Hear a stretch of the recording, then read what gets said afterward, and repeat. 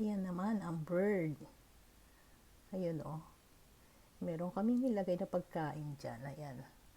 Sa may squirrel house actually. Bahay ni squirrel yan.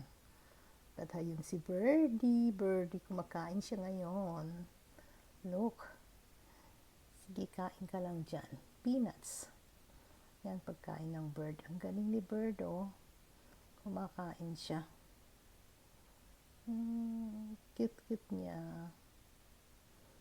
Oh, diba? I love birds. Yan, madami sila dyan. Andun pa yung iba. Yan, gumagalaw dun. Papunta yan. Dyan sila.